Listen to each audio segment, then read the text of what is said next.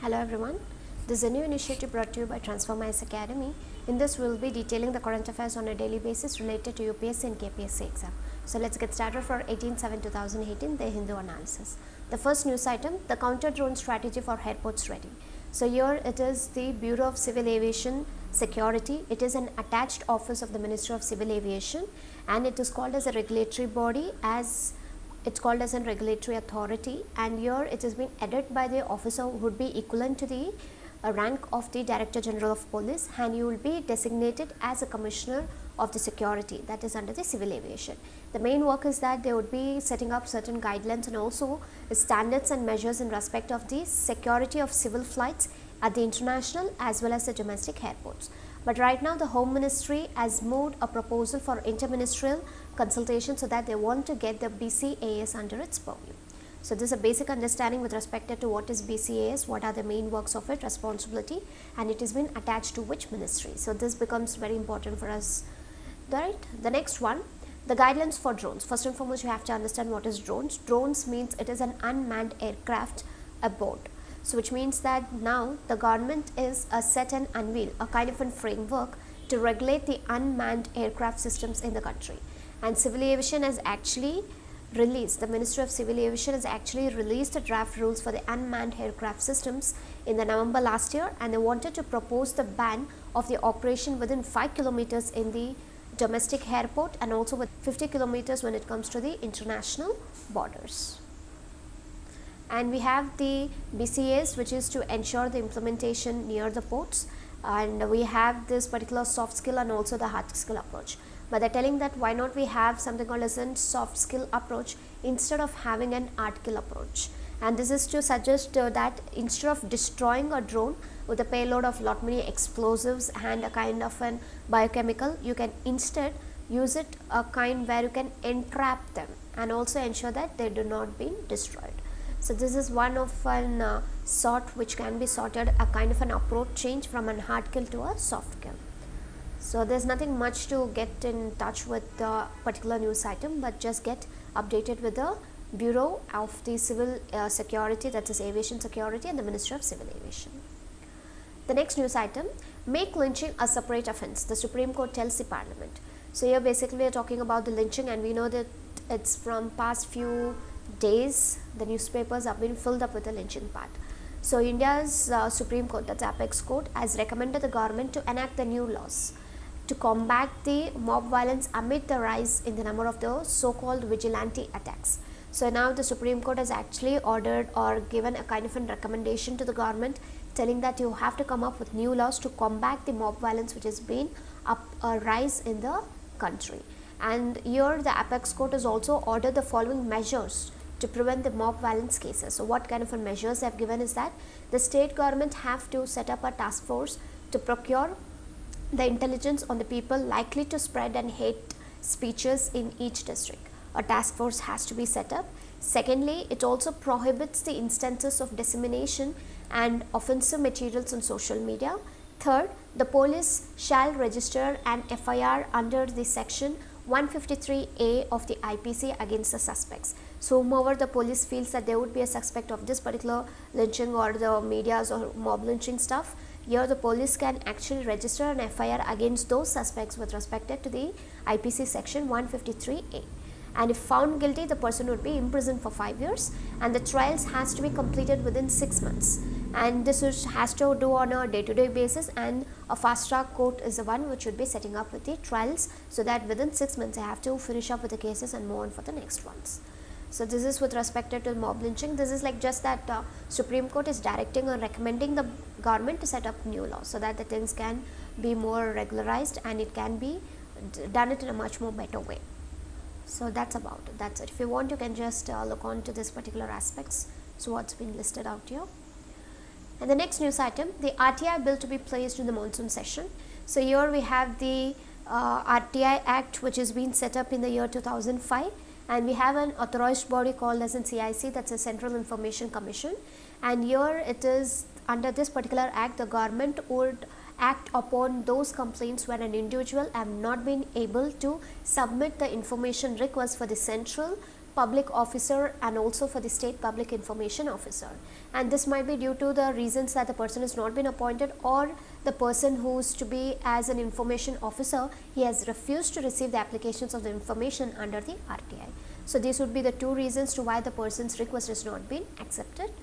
And secondly, the current law gives an information commissioner a tenure of 5 years. So here we saw the information commissioners, they would be having a term period of 5 years, and the salaries which would be as much as equivalent to the election commissioner.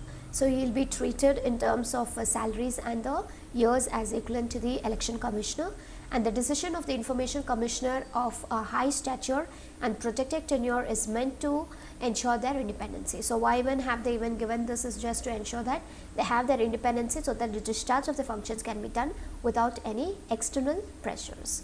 And the bill proposed to give the centre the power to set the tenure and salaries of the state and the central information commissioners. So the bill, what has been undertaken now, it is actually giving the power to the centre, where it can set the term and also the salaries for the central as well as the state information commissioners, and the amendments will completely destroy the autonomy of the information commissions and fundamentally weaken the institutions. And they are also assuming that this particular amendments can actually destroy the autonomy status to what is being given to the information commissioners. And there is also a kind of an issues which is being pertaining to the federalism, that the centre would decide the tenure and salaries of the state information commissioners as well.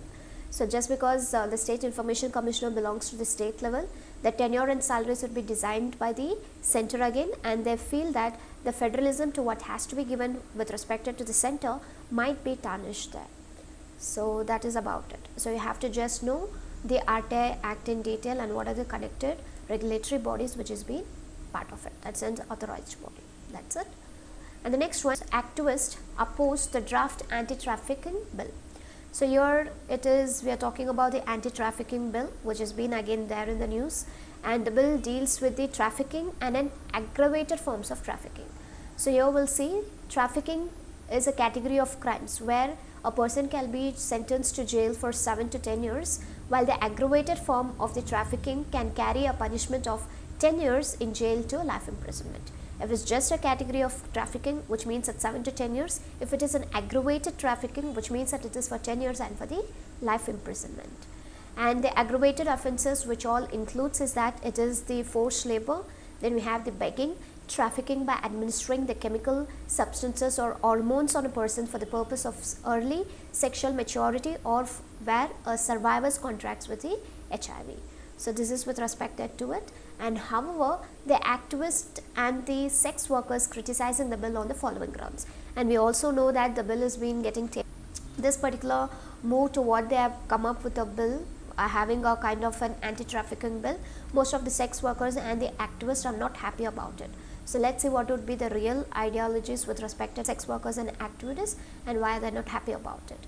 First thing, it treats the victims of the human trafficking on par with the adult persons in sex works. So this would be the first statement. Secondly, it would lead to increase in violence against the sex workers. So the violence what is happening with respect to the sex workers, this might be increased more just because of the anti-trafficking bill which has been tabled. And if a sex worker is violated, she won't be able to go to courts because she will be immediately understood as exploited, trafficked and sent to rehabilitation.